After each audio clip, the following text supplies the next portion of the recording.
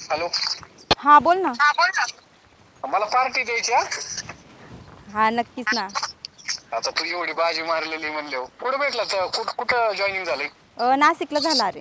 गावात कापून घरा ग्रामीण भेटले का सिटी मध्ये? नाही सिटीत भेटलं जेल रोडला. अरे वा वा मग काय राहणे त्याची अडचण नाही येणार. नाही आपलीकडला आहे कोणी? काय आपलीकडला आहे कोणी? नाही ते नाही सांगता येणार मला. बर मग तो स्वतः ऐक ना. हा बोल ना. तुझं लग्न जमवलंय मग आता घरच्यांचं काय?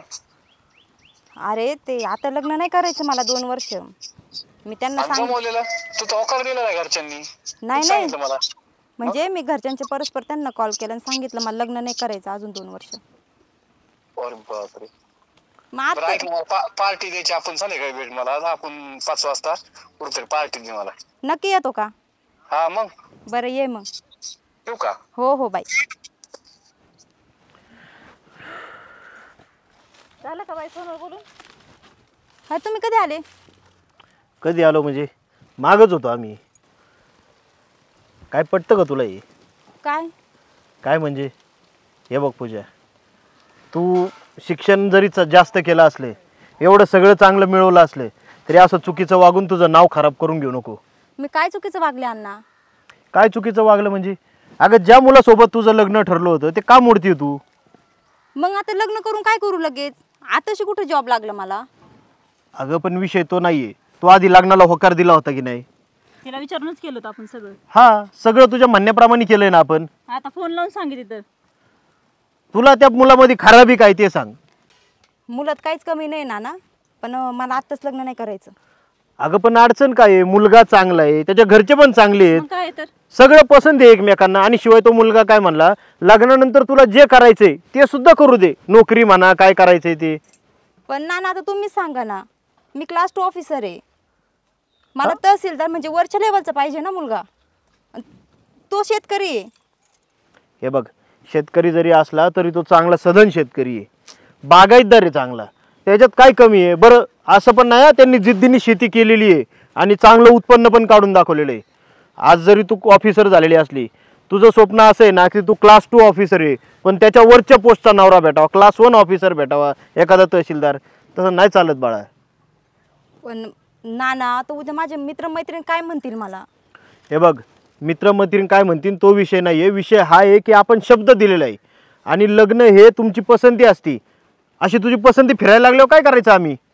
नाना मला आत्ताच नाही करायचं, अजून 2 वर्ष तरी मला लग्न करायचं नाही.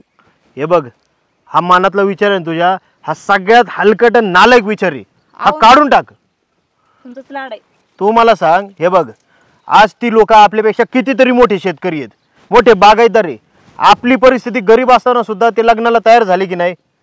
एखादा मुलगा त्याला जर 1.5-2 लाख पगार असेल आणि मुलगी काही कमवत नसेल तरी तो मुलगी चांगली असेल तर ॲक्सेप्ट करतो का नाही लग्नाला?